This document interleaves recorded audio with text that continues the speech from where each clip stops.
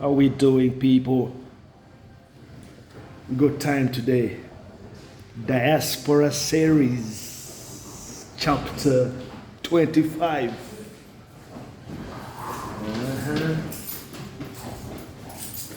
Pretty good. Mulimutia. Bagala nnyo ba people. Abantu bange. Nze nina emikwano mingi nnyo, far and wide, wherever you are, yonna gy'oli ng'omanyi tosobola kunjogerako kibi. I'm saying far and wide, wherever you are, and you know me, and you've crossed paths with me, I love you. I've got a story here.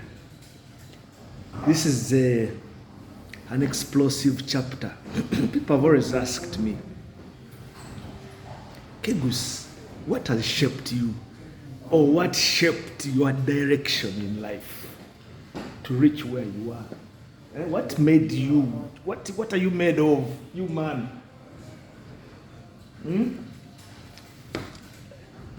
Let me tell you one thing. I was very bright in school. Very intelligent, and it all comes down to one thing. My mother was a constant presence in my life, right from childhood. I've told you this story on and on and on and on and on and on and on all the time I talk about it. You do not understand the relationship a 16-year-old, newly married, in a marital home, with all, you call it, the best in life, because she was married to a billionaire, my dad, having a child, a love child. It doesn't get better than that. It doesn't get better than that. However, that shifted the responsibility that I had to be the best, because I had the best around me. That was my mom's love, and my mom's love was her husband, my dad. If I can tell you, first of all, they labeled me the love child. They labeled me omwana omusika, omwana omwagalwa. And ndi mwana muto. This is what I can tell you that I remember very well. We had about 6-7 servants, or maids, or call them home help. Abalabiriranga abaana, those who used to look after us in our large bungalow. I had my own bedroom as a baby. Nasoya ku 6x6. Large, self-contained, generator where we never saw darkness in the house, whatever. Bingi nnyo. Obulamu obwo nga buli so much privileged, and both my parents showed love to us, but wagala nnyo ng'abaana. But especially for me, it dawned on me growing up, and remember I told you earlier on that in my early days as a child, my mom returns back to school. She was around 17. No, she was about 18, 19, studying in Kenya. So, nakulira ku nnyonyi. Ku nnyonyi nga tugenda every weekend, ne tukomawo at the end of the week. Kiraba, East African Airways. We had a house in Kenya, Kileleshwa. So, everything was up, down. My first earlier schools were Montessori.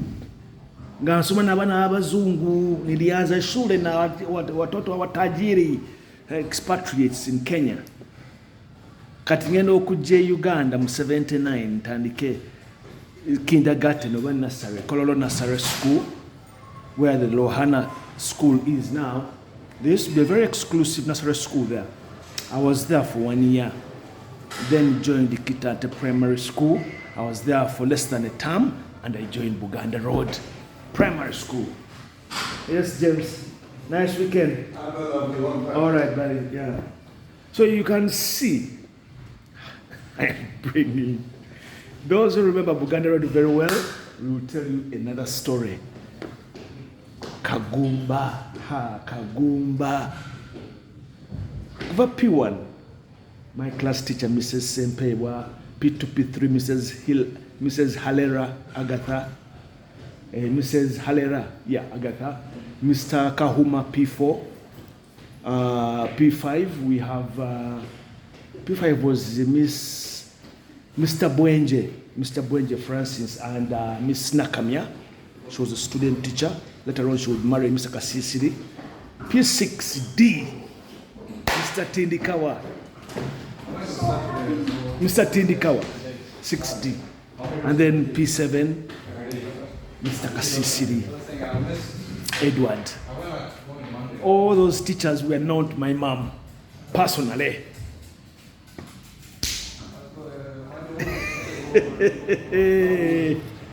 To the point that I used to sleep over or stay over at most of those teachers, coaching, this and that. During the war, when there were a lot of Kampala was cut off, na Sulamba Somesa. Mrs. Mwanja, Obi Isaac Mwanja, the son, Mkwano Gwangenyo, Mujuka Primary School at Buganda Road. Bandi nyo. Mrs. Matovu, Mrs. Ireta, Mr. Senvewo, Mr. Spelto, Mr. Ntungwa. I can give Mr. Mwesigwa. All those were my teachers in Buganda Road. Twabaleteranga amaji, twabaleteranga enkoko, okuva ku farm yaffe. These are the 1980s. You people. Mbawambozi. Nze mbawambozi jemutali. Because a lot of people were mystified by our family. My mom came across differently from most moms. She would park her Mercedes Benz and go into the teacher's quarters, and you wouldn't be surprised to find her drinking chai. Mujukira abasomesa bebabeeranga Buganda Road. The staff quarters. Hey, Mrs. Miro, Mr. Kakembo. Remember where they used to stay? Next to the Buganda Road flats. Kati, I think that plays into my psychic later on growing up. Nti ntandika okulaba ensi very differently, more on the level nti obadde waggulu oba oli waggulu nnyo above everybody, ne ate ng'oli down to earth. That was my mom. That is what she instilled in me. Nze kamabulire at the top of my when I was on top of, when I reached the pinnacle. Mumanya ebintu bye nakolanga anti bambuuzanga nti sente ozikolamu ki, oli mwana muto, you're just blowing money around this and that. Nasasuliranga abaana ab'obuwala e Makerere University mikwano gyange tuition fees. Kegusi kino, kegusi kiri, kegusi no, come genda mu office bakuwe sente. Okay, with all that going on, nga nina omuwala gwe njagala ku campus, muwala wa general. Gwe nasooka okugulira emmotoka. She was the first campus to drive a car. N'agiparkinga mu compound ya Africa Hall. 98 akwata Celtel. Anyway, nina ekibuuzo kyembawa. Ati nzijukira ebintu bingi nnyo. My first girlfriend.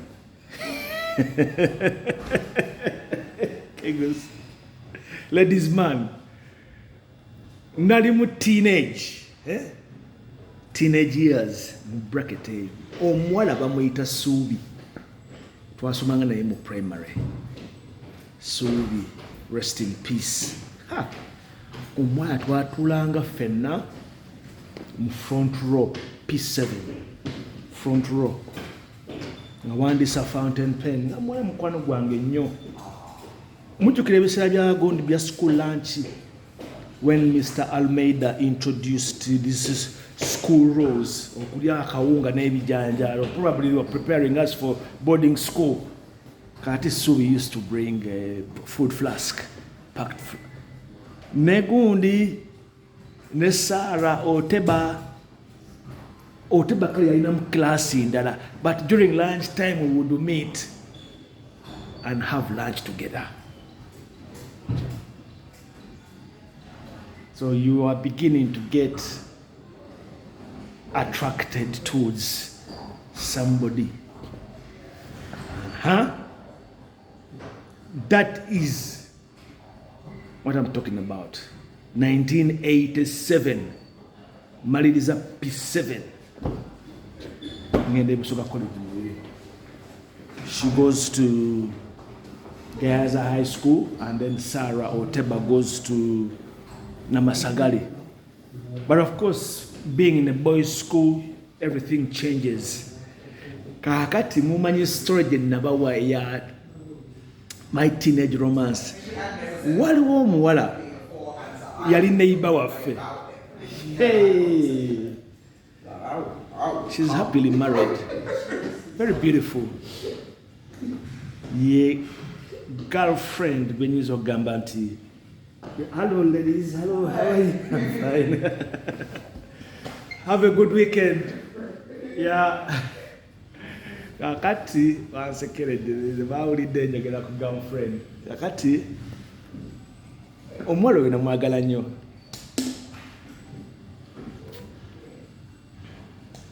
Tuli Kyebando.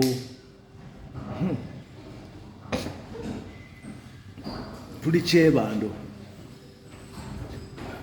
Those who know Kyebando, Gaza Road, jengamba.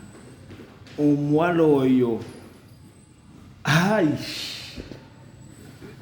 Nga ninye ekikomera. I used to climb over the fence. We meet up in the evening. We meet up on the roadside. We meet up at night. That is the girl I had my first kiss. My first kiss. Siliangu. Those are the days when we are watching this Rita and Richard Consequences. There used to be a documentary that was shown during the holidays. Senior 1, Senior 2, 1988, 89. You Google Consequences, the documentary. Richard and Rita. Hey! Kakati. Orundimo Olivo. Senior 1. I'm not going to tell you the school she was in. I will not. Yes. How are you, big man? All good? I'm good, thank you. I saw you in the hospital. Yeah. Everything all right? I'm good now. Yeah? It was in January. Oh, okay. Yeah, I've read it. I'll tell you more when I see you. Okay. All right. Kakati, girlfriend oyo nga tweyagalira ddala to the point that my mom finds out. Atenga mama we mukwano gwa mama wange Ekyebando. That is 88, 89. Oh, she landed on pictures of her. But back then, you now have social media, you have pictures, you have this. So back in the day, you'd post each other pictures. So I send her pictures, she posts me pictures of each other. Taken next to a flower, taken whatever. You know those days of school. By senior 4, olwo ntandise echoes nali kati bwe ntandika echoes waliwo story empanvu nnyo, story ya echoes mpanvu. Kati awo lwe tuyingire different level of awo nakyakala nnyo. Kati awo ntandika okubeera mixed schools, abaana b'ensambi, abaana baawa, abaana be naggalama bitabina nenfuna girlfriend awo omwana bamutanga Harriet oba aliriddawa uyu mwana ali mulalo nnyonyonyo nga tuzina ffenna mu echoes holidays byali byonna.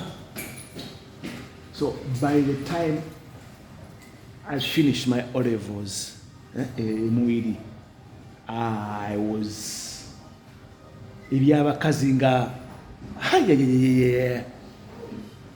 it was a honest nest. Mukimanyi kyentegeeza ategenda kuyingira A level ku Makerere High. It was mixed boys and girls. So that is the first time I'm in school with the opposite sex, and everything was different. People would see how you're more confident with the girls. The girls want to be around kegus, they are good company. He always knows what to, I was always the person to be around. Kakati Makerere High eyo na concentrating nnyo kusoma, despite the fact that nali ndi mu byamasanyu. Olwo nkolamu echoes discotheque, later on renamed Horizons. Fe tuli ne Alex Ndawula, we are the ones who changed the name. But it was towards the end when the club was soon to close. It closed around 1992. No, 94. Yeah, nzijukira 94. We ngende Kenya. Ngenda kukomawo nga bangamba nti echoes yaggalawo. Yeah, it died with the kegus. Kegus olwagenda buli kimu ne kiggwawo. That was it. Kati that is the first. Kati ngenda babuulira bwe ngende Kenya, that was a new beginning. Ngenda kwagala munna Kenya, ebye Uganda byonna, all the drama is left behind me. The Kenyan beauty. A story najiba mujina. The story of the Kenyan beauty. And that was going to change the direction in the way things were in my life. Ngoro kakati ndi ku Maharishi International University. Nayagala omuwala oli. Ile ilikuwa mapenzi yenyewe. Kila mtu alisomea kwa Maharishi walishanga bali bagezaako kwana omuwala oyo n'abalema bannakenya, lakini waliniuliza wewe ulimwambia nini? Uyo mwala ali mulungi munnakenya gyali ali mu America. Era nensoma omwana yajjanga ku campus buli omu n'atya, kila mtu alikuwa anashanga. Olunaku lwentuuka Maharishi lwe mulaba, olunaku lwenzijja ku Maharishi, I was with my mom when I arrived, and that was the starting point. Bwe mba mwasoma story ya from her with love, mapenzi yenyewe, yandege ebintu bingi nnyo. She opened me up to so many things about love. I tell you, that place was very romantic. Limuru.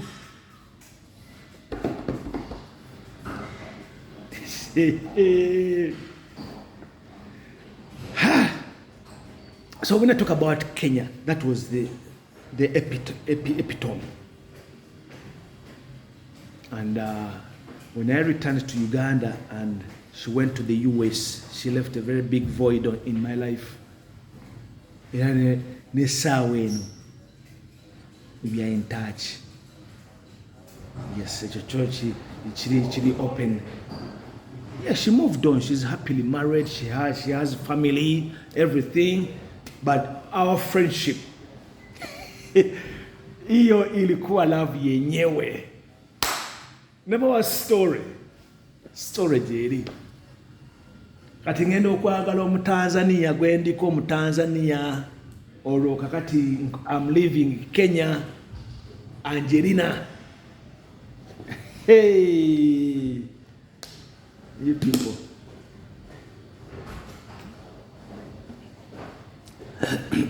Bwenve Tanzania, nkoma we Uganda,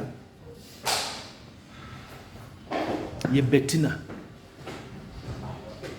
and that pretty much. Kati aonge nsi ntandise ogiraba.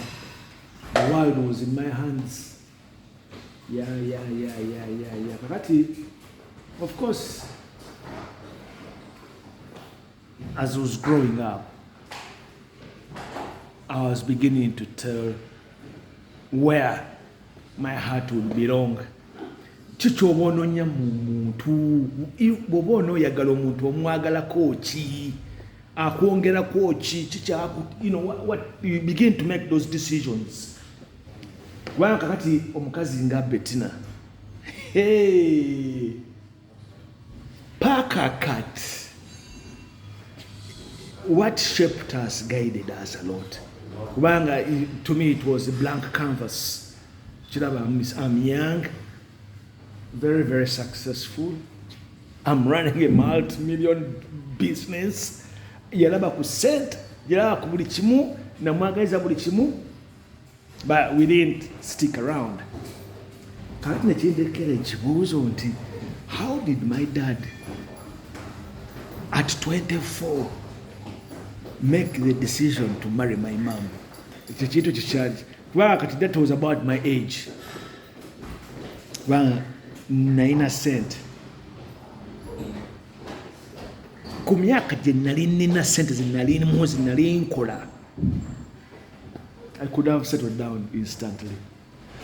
It did. I had all these dreams, and then, of course, when I came to the UK, everything took another direction. So 2000, everything. That's kind of a brief narrative. If somebody asked me now, Mr. Patrick Kegus, what really has shaped your direction in your love life? You seen? Hello, darling. How are you? I'm good. How are you? I'm fine. All right. Have a nice weekend. You too. The picnic, I'll remind you next week. 13th of June. All right. Picnic. Okay. I'd love you to come. Saturday. Saturday, usually they give me shift. Okay. Weekends, I always work. Okay. Now I know.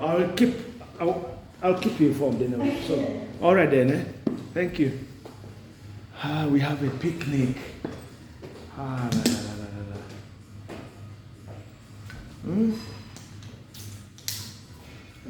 Bintu bingi nnyo nza mulaba naye nga Kegusi njagadde ku bakazi abalungi we nagaggawalira nteeka ssente mpitirivu nnyo mu Miss Uganda Beauty Contestants 1999 awonna 1998 awonna ne mu 2000 I was one of the movers and shakers, more or less like a sponsor. Tebyalingamu ssente ebiseera ebyo oba contestants. You had to sponsor yourself to take part. You had to facilitate yourself to take part. Remember, I'm in entertainment, so nina access to so many people. So many people, organizers, byani byonna. Ye mmotoka gye nabagamba ya Hyundai. Baagaba emmotoka ya Hyundai Miss Uganda Contestants. Waliwo sente zange empitirivu nnyo. I never got the answers. That's fine. I did. Nenga, of course, it was then. What year was that? 1990, 97, 98 people. Nange, mwe. Aye. Abo na bala baliddawa. Where are all those beautiful, beautiful ladies? Twabagalizanga. Back then things were ng'abantu bali very humble, abantu bali nga very honest. Oyina jena ku, what can I say?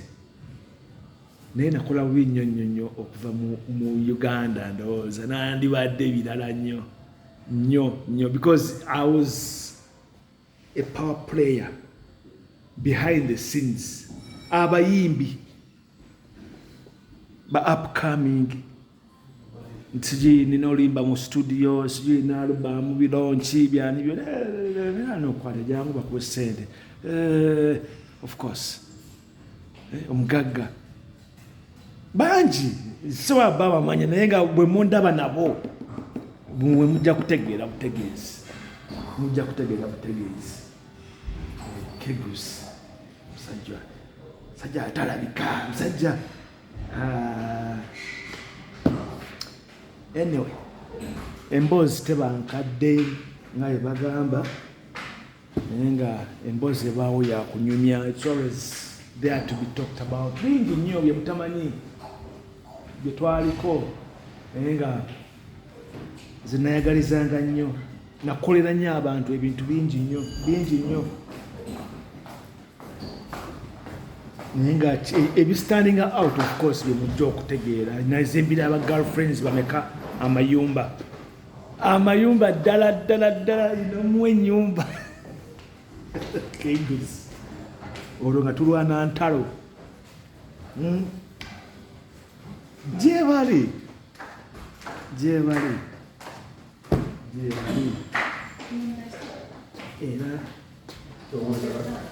era recently wano lwendwalidde messages zizze fan wide. Mr. Patrick, are you okay?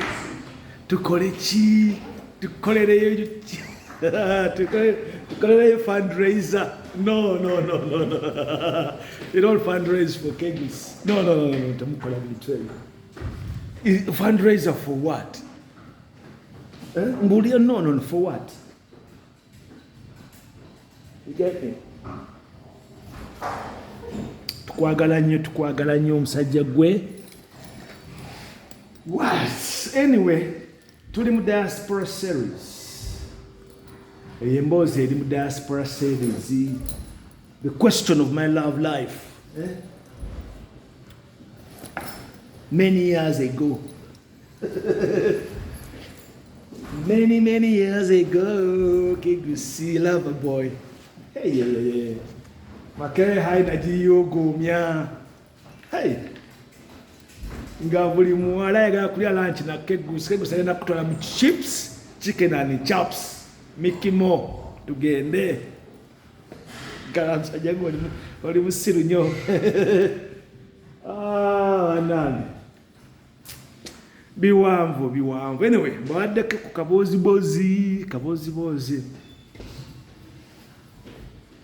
Kaboozi kabadde kawanvu. Tunyumiza ku bintu ebyaliwo. But it's interesting. Kati bwenzije London mukimanye ekyo. Nali ndeeta girlfriend ku shopping. Nali nzija ku shopping ku byange ne holiday. Nga nakamukwana. Obanga mukwana. Oyo ye yanfunamu nnyo. Bana muleeta London nankuba akajji. Yatuuka ano nga talina abantu be. Naasigala wano. Nze saa complaining. Namugamba nze nzirayo Uganda. Era neddirayo. N'atandika obulamu bwe. Kuno yawasana muzungu. So mutegeera nti yali muwala it was very beautiful. Very beautiful. Wali wano. So bw'ombuuza ekibuuzo nkuddamu ansa twajja ffenna ku nnyonyi nze muleeta ne visa na buli kimu ticket buli kimu kati wena abantu nga bacomplaininga nti kino kiri naina bibeerawo byansi experiences ate naleeta omukazi nanzirukako bita byonna. Yes brother, how are you? You're finished? Yeah. Okay. I had somebody with me, a guy that I know, and he wants to do a bit of, he wants to do a bit of training, so he